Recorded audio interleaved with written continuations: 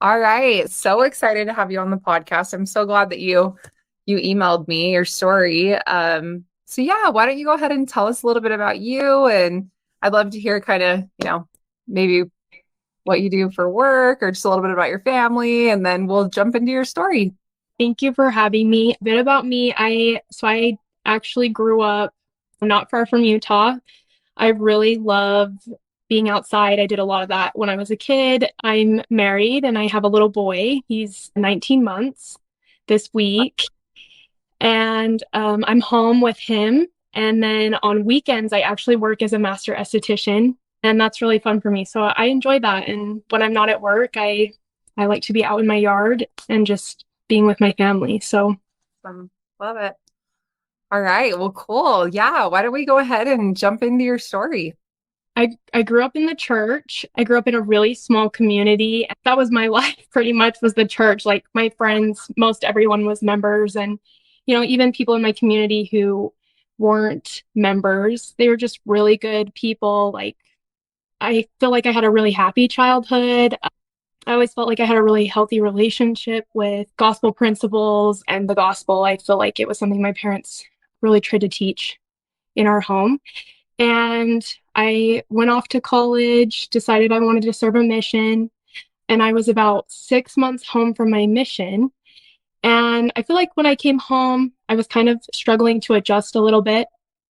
I Yeah, knew that, yeah. I know a lot of people do when they get on their mission. It's like you're in the structured environment and yeah, and then not.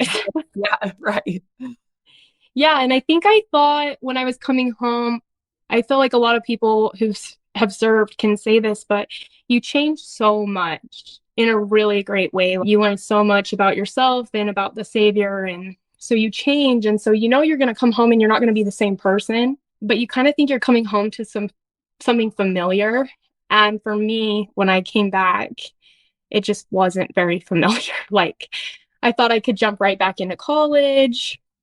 I thought I was going to jump right back into like social dynamics fairly well. And it ended up being harder for me than I thought. So I was enrolled in classes. I had a calling. I was in institute. I was actually living with some former mission companions that I got along really well with. And I was dating. I made a friend through this mutual acquaintance from my childhood. And she had mentioned like she had a brother coming up the next semester for school. And she's like, I want to set you up with him. And I was pretty social, pretty outgoing, and I like to have a good time. And so I was like, yeah, like I think that sounds great. So we started talking before we actually met in person. So I just started talking to him through text and phone calls. It seemed pretty normal. I was really excited to get to meet him. And then when I met him in person, it just was not the same. He wasn't really kind of how he portrayed himself. And at the time, I don't think I thought I was in a very serious situation. I thought, okay, this kid's just not very polite. Maybe we have a little bit of different personalities and just different views on things. So I was a little uncomfortable and I had the feeling like, I don't know if I really want to see him again. And a week later, he moved up for school. He invited me on a date, but this time we were with a bunch of our friends, my friends, so people I knew. And I kind of blew off that impression and I thought I have control of the situation. I'm okay to do this. I'm with a bunch of people I know. What can happen? We were at a friend's house and we just had dinner and we were all sitting there watching a movie, and in a room full of people without anyone knowing, this young man just started trying to touch me inappropriately. I had no idea how to react. I would move his hand away and he'd put it back. And I remember I just kind of started staring off. I think I found something on the wall, and the whole time I just started going into fight or flight. And I had the feeling of, I need to go. I need to go back to my apartment. I need to tell my roommates. I need to tell someone. But every time that came up, I got more afraid, and I was like, I can't tell anyone. And I wanted to just kind of handle this situation by myself. And it really took me by surprise. And so I kind of went into a survival mode. I kind of wanted people to think everything was fine. So I kind of tried to solve it on my own. And that doesn't really work with Yeah. people who gaslight and are abusive. And so that's kind of where it started. The duration of the rest of the time, it was about 4 months, 4 to 5 months.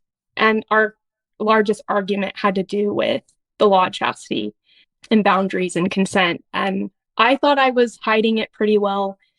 But the people around me, they could tell. I was pretty emotional and they could tell that, I'd been crying and we'd been fighting and people knew I was totally out of character.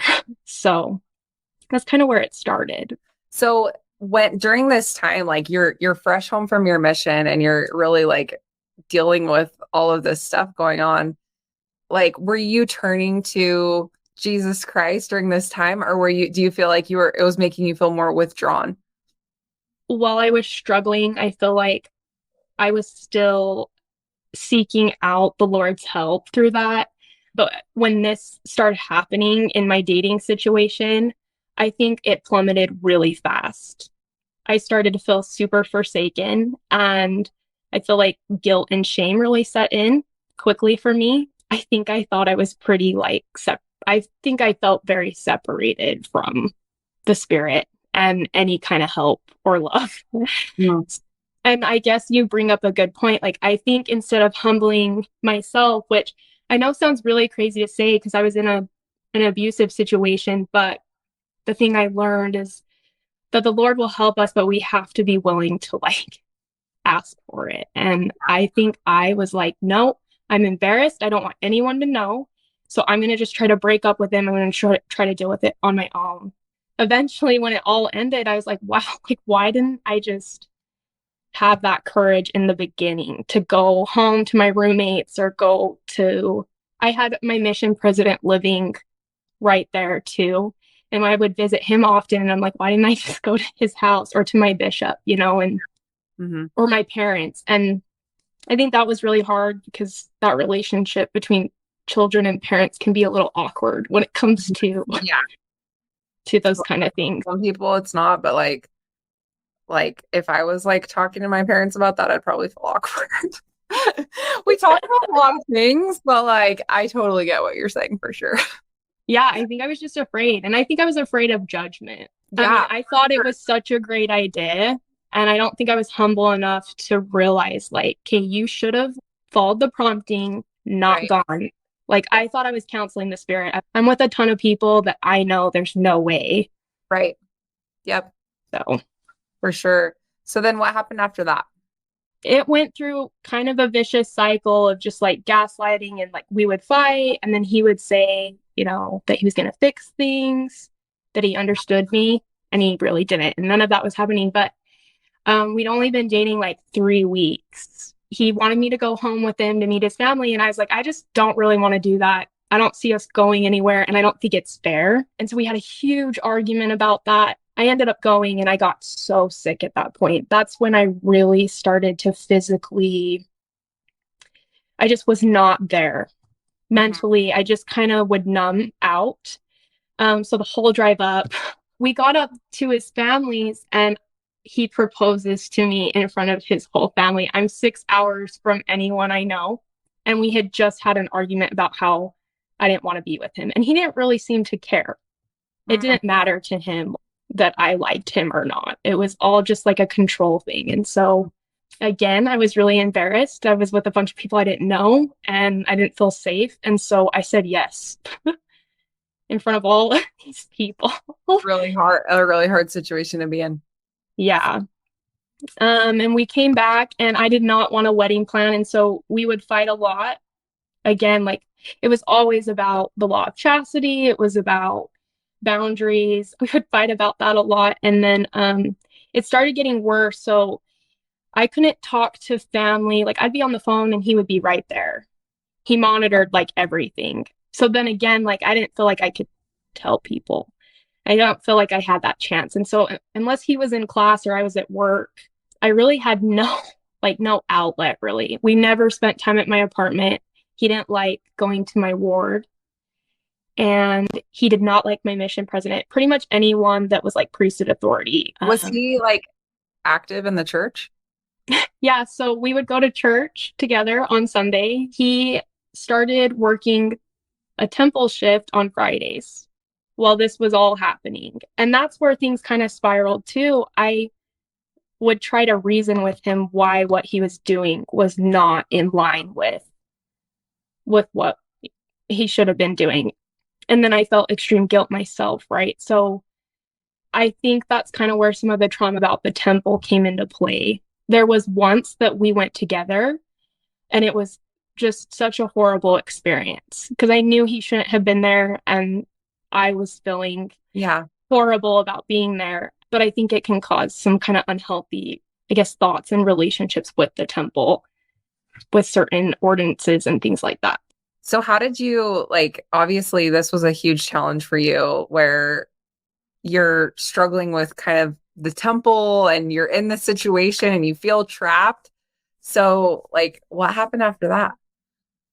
So I actually left. I drove all the way home. I left while he was in class because we would fight and he would monitor me. So I never felt like I could just leave. So he was in class and I left, and he kept trying to call. Like, looking back, I was not very rational. I was very emotional all the time. And my parents said, they're like, you didn't make much sense. You were just hysterical. And I didn't really want to talk to them. But I called my bishop and I said, I really want to talk to you. I was like, some of this stuff has been happening and I've participated, but I'm feeling pressured and I want to come in and talk to you. I call off the wedding and he really wants to put it back on. And I said, well, I want to meet with my bishop. And he says, well, let me go with you. And I really didn't want him to. I felt like he really wanted to control the entire situation. And so we go in to meet with the bishop, and my bishop was shocked that he was there. And we sat down, and immediately he tried to just dictate the conversation. And thankfully, I had a very in tune bishop. And he just stopped him and he said, I really want to just visit with me, and I'm going to have you step out. And so he talked to me for a minute, and, I don't remember much about the conversation other than he just looked at me and he says, I feel like you are fully repentant. I think you need to heal. He invited him back in and he just said, look, like, to heal, you need to respect her. I think this is good for you guys to step back and reconsider this. He's like, either way, whatever happens, the Lord has a plan for both of you. And I left feeling so much peace. I was relieved. I was feeling a lot more in control of my life. And he was so unhappy. He did not like any of it. He was really pushy. And so it kind of just went back into that cycle. And we called the wedding back on. And this whole time, my mom, it was such a hard thing for my mom to watch, and my dad. And I think they wished that I would have just opened up to them. Like, my mom wanted to just come get me. She's like, there were so many times we just wanted to drive up and come get you. I think on her end too, she said that she really felt that it had to be my choice. So then it came up to the wedding day, and I was a hysterical mess. Like, I wasn't eating, I wasn't sleeping, I wasn't showering. I didn't trust my thoughts. I didn't trust him, and I didn't trust what anyone else had to say either. Like, people would kind of try to step in, and I just really struggled with that. So the day before, he was calling me like every few hours, and I'd just be crying, and I'm like, I really don't want to do this. I felt so sick. Like, I was like, I'm going to pass out. There's no way I can make it into the temple. And my sister called, and I was just crying, and I was telling her I didn't want to do it. And she's like, look, you need to hang up right now, and you need to say a prayer, and you need to, like, act on that prayer. And I was so frustrated at that response because this whole time I would pray. But my prayer was very like, take this from me, like, send somebody to come get me, like, because I was just so scared. So I was very much so a victim. And again, later I learned, like, you have to take control even when you're, like, afraid. As I, like, hung up and was praying, my mom calls. And I just was sobbing, and she goes, I don't want you driving. I had just gone to pick up the wedding dress. And she goes, I want you to go to your aunt's house and go and sit there. And so I got there, and her and my aunt were trying to talk to me, and I was just laying on the couch crying. I was very frantic, and they're like, you didn't really make much sense. And so they called my uncle, and he came home and he gave me a blessing. I don't remember all of the blessing, to be honest, but one of the things he blessed me with was to give up my missionary tendencies. Mm. And I was like, that is so interesting.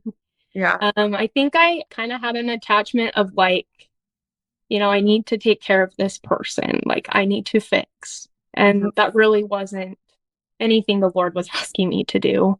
My mom kind of describes it. She said, like, after the blessing, she goes, your posture you seemed more confident. You seemed more calm. And so the minute I called him, I don't know how he knew. I hadn't said anything yet. And he just knew. And he was like, who have you been talking to? And where are you? I'm coming to get you. And I said, no, you're not. I'm not getting married. And he threw a pretty big fit. He basically was like, I'm getting married tomorrow. And I was like, well, I don't know to who. And he basically was telling me to get my butt to the altar. And so I said, I'm going now. I'm blocking you. I'm ending the call and I'm blocking. And that's kind of how I was able to end that. That is point. So hard. I can't even imagine like going through that. That is so hard. Thank you. It was so hard. I got done with that and I was the happiest I had been in like 4 or 5 months. Wow. And in the moment that felt so great, but then, the weeks following, kind of that high ended, I had a lot of family support. And then it just kind of went back to feeling a lot of the trauma. Yeah. Tell me a little bit more about like how you were able to get through like that era of like crap. I mean, for me, like I'm a people pleaser for sure. So for me, like calling off my wedding and telling everybody like canceling, taking the gifts back, like I can imagine like going through that on top of having this experience with somebody that you're engaged to, that you're like this close to spending forever with somebody that is like that. Like tell me how you were able to kind of recover from that. Yeah, so it was no picnic. I'll just say that. I would wake up every morning and just sob. You didn't wake up and you're like, yeah, I'm at peace with life. Physically, I had a lot of, my body was not responding well. My parents had me move home at that time, and they started putting me in therapy quick. But at the time I still was not opening up. And so my therapist, when he would talk to me, I would talk pretty superficial. I was like, yeah, we fought about where we were going to live, and he wouldn't open the door for me. I never went into the actual problem. Yeah. I think at that point, I still wasn't quite willing to open up about it. So I think that's where I wasn't really getting past a lot of the physical and emotional stuff. I was trying to go to work and I wasn't really functioning at work. You're just kind of in this mental fog. You're not a really present person. And I just wondered if I was ever going to be normal again. Yeah. You feel very dysregulated and out of place. And I loved that you said that you tend to be a people pleaser, because that's me. I really felt like that's why my uncle mentioned giving up missionary tendencies, because I think it can be used for good, but I think clearly like it was being misused. So it was really hard. I was really embarrassed about the money that was lost, the people who had come a long way to be there. I felt really bad that I was letting down his family. That sounds so strange. But I just kind of left and I didn't give any of them an explanation. My parents were really struggling too. They didn't know how to help me and it was becoming really frustrating for them. And so there was kind of some conflict between us. I felt like a teenager again in their house with some attitude, like, they're like, just talk to us. And I ended up moving back to school in the fall. They didn't want me to move back because during this time too, he was finding new ways to contact me. So he would make new accounts. He was calling me on no caller IDs. He was trying to get me to meet in places. It's weird because you kind of want to reciprocate, but at the same time, you're not supposed to. It's not a safe. So it's weird. You're so scared of it, but I think the trauma, like bonding that happens with these kind of relationships, you want to. So my parents were really worried about me going back to school because they didn't want me to be in a situation where I'd end up with him again, right? And I really thought I was going to get married and I was going to leave and I was never going to talk to my family again, never be seen. And like throughout that time, the sexual things got worse. And so I knew, I was like, when we get married, it's not going to get any better. Right. Like I really thought, either I'm going to be super just unhappy, miserable, abused, or I'm going to be like in a dumpster. Like you just didn't know. But those were the feelings that I kind of had. And so I decided to go to the temple to make a decision. So I had to come down here and I came down here for therapy. So I planned my therapy session and then I'd go to the temple right after. I was really struggling being in the temple. I couldn't sit through an endowment session. I would just get panicky. So I started worrying that I wasn't fully repentant. I just was being so harsh there, like on myself. So you're a missionary and you're clearly like doing everything you can to be so righteous. And then you go through this. Do you feel like you were like, that had to have been something so challenging for you where you're going to the one place where you want to find the most peace, which is the temple, but you're feeling the complete opposite. Like it's like triggering your anxiety. And how was that like with your testimony in general, like having to feel that way in the house of the Lord after you tried so hard on your mission and did all these things and then you went through this hard thing? Well, you're right. It's supposed to be a place, a sanctuary, right? It's supposed to be where we're endowed with power. And I would go and I would fill walls so I felt shut out. Yeah. And so I immediately was like, and I think, when you're abused too, like your sense of worth just kind of, you're objectified, right? So you just feel like my testimony started with just like my relationship with God, his nature. Like I thought either he was punishing me really hard or he wasn't going to communicate with me. I literally asked my mom, I'm like, what is the purpose of life? I literally got to that point where I was just like, why are we even here? My desire to be married and have a family was completely distorted. Like it was not desirable for me. My parents did not think I was going to try again. I was like, I don't want to get married. It does not seem appealing because with him, it was not. The concept of like women and the value of women in the church, that became a little more triggering for me. I never questioned that before. Mm-hmm. I feel like I was taught well enough in my home that I knew how much God loved women and, our roles and how powerful and sacred they were. And I started to kind of wonder, like, the one time me and him did go to the temple, like I literally was sitting in an endowment session and he was staring at me the entire time.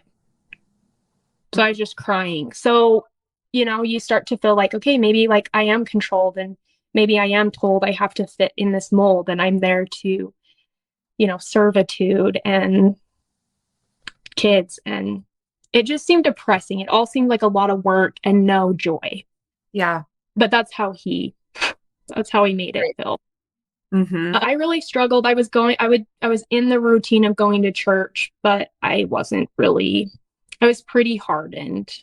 I think this is important for people to hear because I think a lot of times it's like what you just said, it's like we're still in the culture and going through the motions of being in church, but there's times where we really struggle and have like you were hardened, but you're still going through the motions. And I think like it's so important for just us as a church community to be so aware of this, that like just because somebody's like showing up doesn't mean that like They're they're not okay. yeah, Yeah.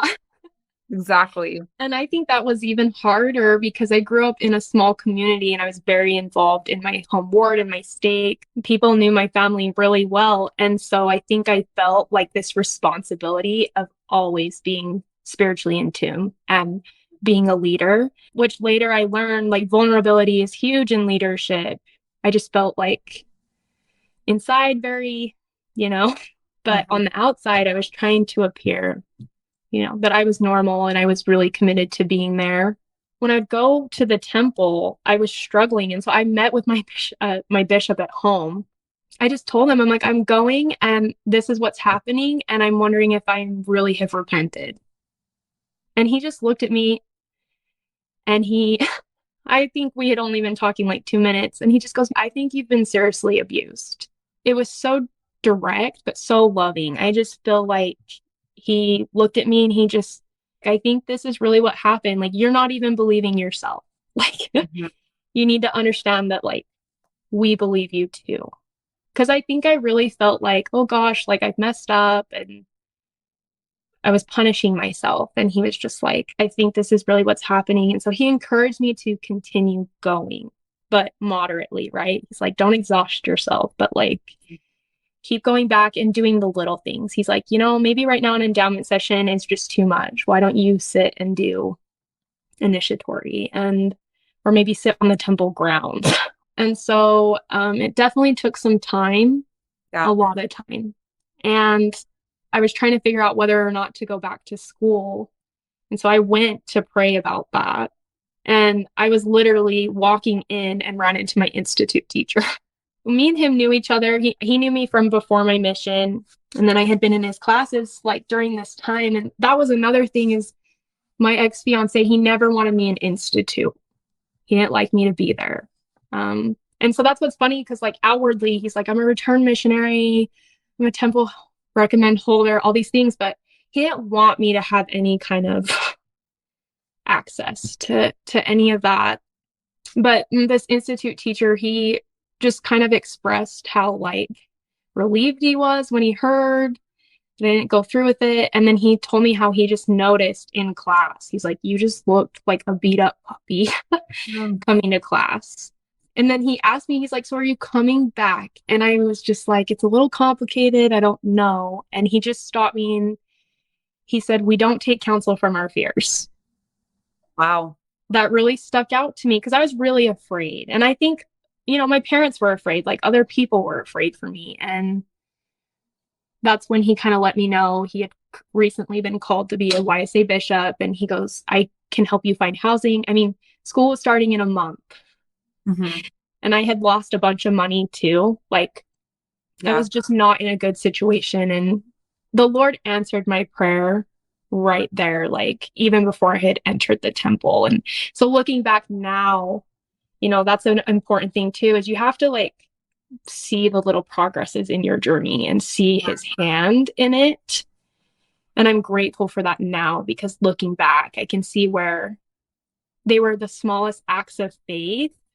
Yeah. They didn't feel like anything, but he was going to take that and he was going to move my life with like great magnitude. Yeah. I love that so much.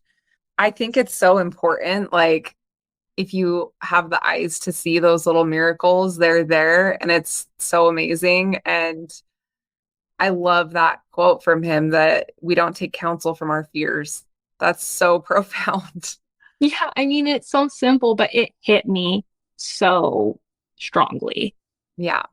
Because I was living in fear for months. That's all I was doing. Yeah.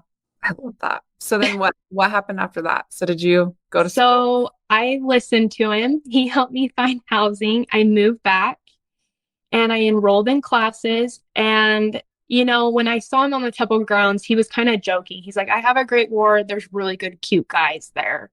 We were laughing and whatever.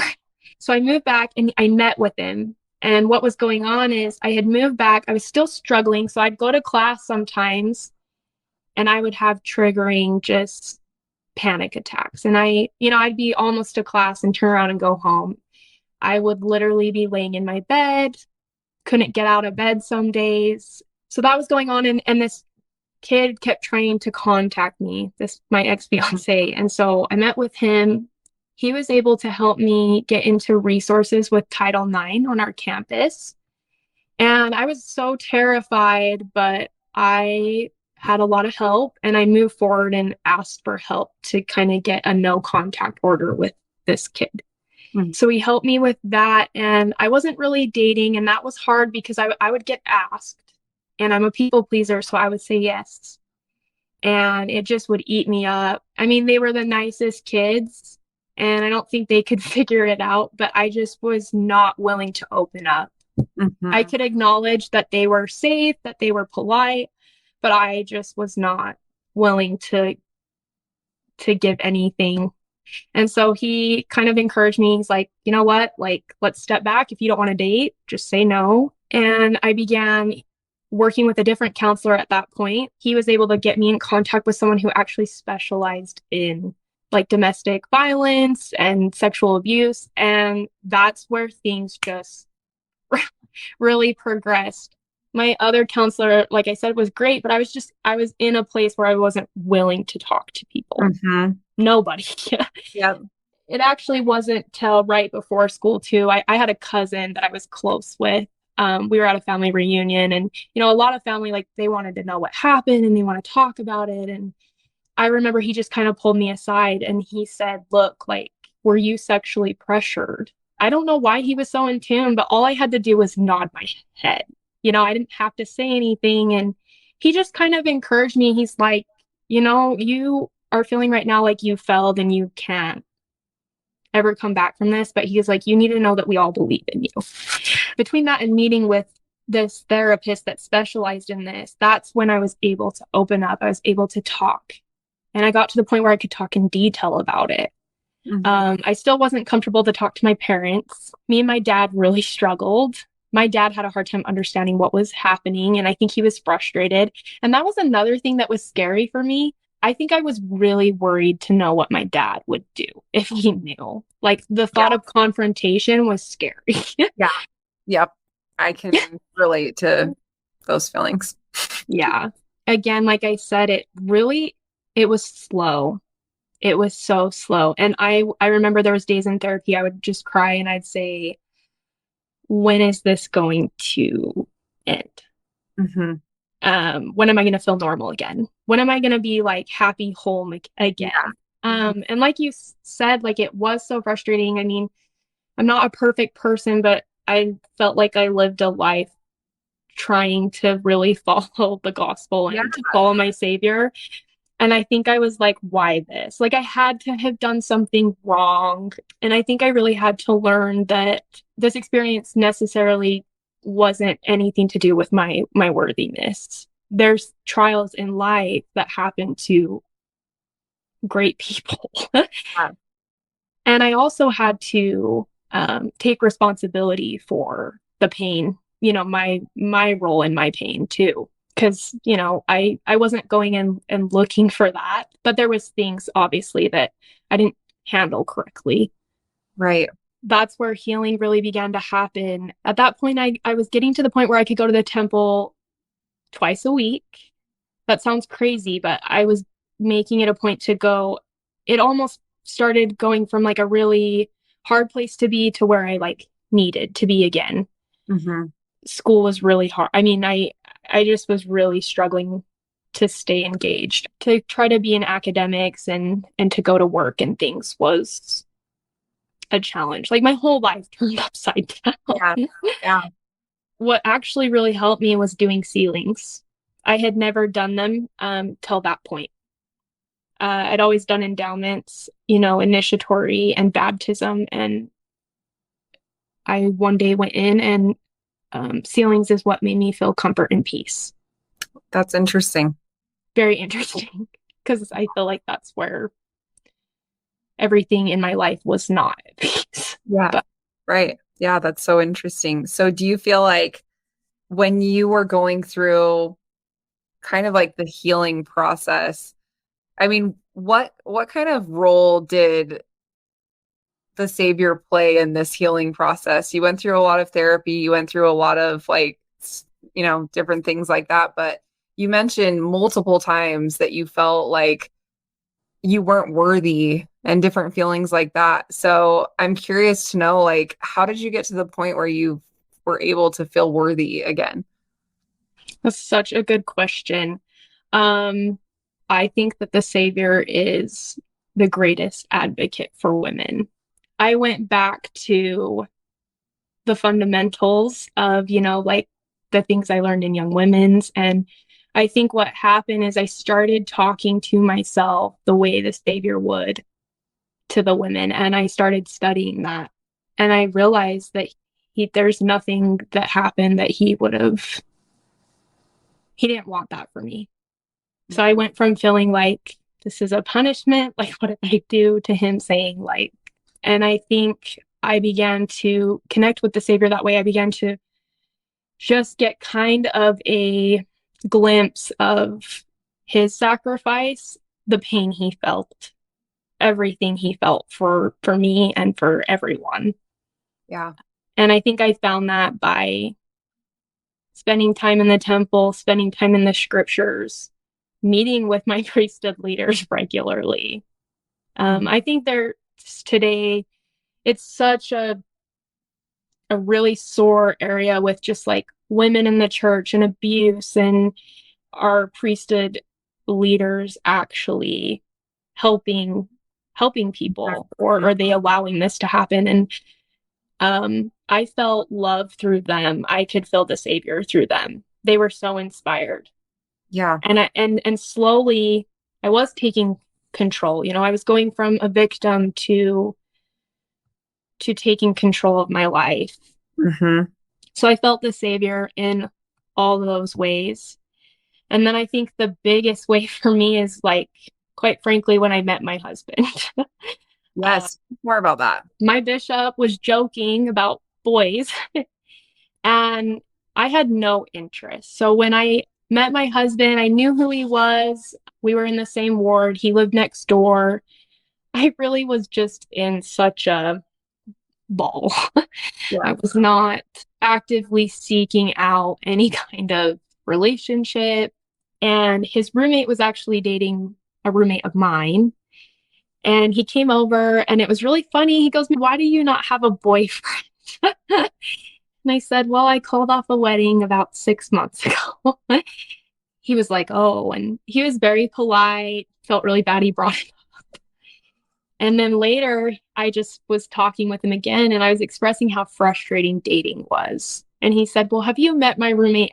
This young man ministered to like my whole apartment, and I lived with 15 girls. Like, I had my own room, but it was just a big house. Mm-hmm. And we all lived there. And this poor kid had to minister to all of us. And he was over a lot for blessings, but he came over one night to give me a blessing. And I was a complete disaster, which I've learned to be kind to myself about. I was very much so mourning, and I wasn't in a good place, but he came to give me a blessing, and the other young man that usually comes with him wasn't able to. And so he called my now husband, but called him, and he was studying on campus, and he immediately came. He like grabbed all his books, came down, and he helped give me a blessing. And I didn't really think about it at the time. I really appreciated him. I thought, he's a really good person. But at the time, like, I had no self-esteem. I wasn't interested in dating. So I wasn't really viewing him in kind of a romantic way at all. So a couple months went by. We go on a date, and I was pretty nervous. I was like, I'm sure he's a nice kid. I'm sure, we'll go on a date, maybe two, but it's not going to go anywhere. And I kind of almost didn't want to go. Like, right before the date, I was just like, oh. We went on the date, and we just talked and connected, and we could tell very quickly a lot about each other. It was so interesting. I felt safe, and we had a really good time. And then after that, we just started spending more time together. And then it just kind of progressed. COVID broke out. Things changed a lot. I moved home again for work, and so we started doing long distance. But when I met him, he was just so polite. I could tell what he valued. And I felt the Savior a lot through that. I was like, this is the kind of man that really strives to to live the way the Savior would. And it gave me faith that that was a possibility. And I think a big thing for me too is there was a lot of talk about me calling off a wedding. And one time I felt like I had to explain myself to him. We hadn't been dating very long, and he stopped me and he says, "You don't have to tell me anything that you don't want to." Wow. And so I knew immediately that not only could I trust him, but I didn't have to explain myself. Like, Yeah. I knew that he knew my soul. Like, when we got closer to being engaged, that's when I opened up to him fully about everything I went through. And I was terrified. I really thought he's not going to believe me. This is going to be an issue for him. He may change his mind. And so I was pretty scared. And it was a really hard conversation. It's not a comfortable conversation to talk to somebody about. But he just reminded me how strong of a woman I was. And I was like, I don't know if this changes your mind. And he said, no. I mean, no hesitation. And I think for me, that was when I realized how much faith I had been lacking. Like, I knew I really loved him, but I didn't think I was worthy of that. I felt like for some reason I was just below. And I started having to learn how to trust again, trust that the Lord wanted to bless me with good things. So even then, like, I was still having to learn to open up. He came in a time in my life that was not what I wanted. I think he came on the Lord's terms. It was not ideal. And I think the Lord was like, you really need to trust me on this. And his response, I just felt the Savior's love through him. It was pure grace and forgiveness and love and just compassion. I don't even care. Like, it's okay. You know, sexuality is such a target for youth. You know, I have friends that I'm well acquainted with that, you know, they've messed up sexually. And so whether it's consensual or not, like whether it's abusive or not, I think the response needs to be more compassion and more love. Those people need to know that the Savior has open arms to them. Like, totally. I was a drug addict, and it's pretty amazing to see how the Savior can completely transform a person to be like it never happened and to be completely whole again after going through such things that are so, like, they mess with your self-worth so much. And there's definitely a reason why we're counseled to, you know, why we make these covenants, but it is pretty incredible to see like how he loves you, and no matter what you've done, and he's here for you, and he will change your heart and make your life as if it didn't happen. Yeah, I absolutely agree. You know, like I've had friends come home for their missions for that, and it's made me really sad. Like, even their parents, and I feel for parents, it's a really hard thing to respond appropriately. Yeah. There's some grieving for them as well, but I was like, we should be so proud of them for not mocking the atonement. Like, they know what they've done wrong, and here they are taking that responsibility. It's sad to me how many people stay silent and they move forward and they pretend, you know, and an analogy I really like, it's in a talk by Elder Bednar, and he relates it to canning and just how important it is to seal that jar so that whatever you're canning, peaches, tomatoes, they stay preserved. You know, like in my situation, I knew we were going into that not worthy of what we were committing to do. We weren't going to actually live that covenant. We weren't living that covenant. And he talks about, like, when we don't do that, it will rot from the inside out.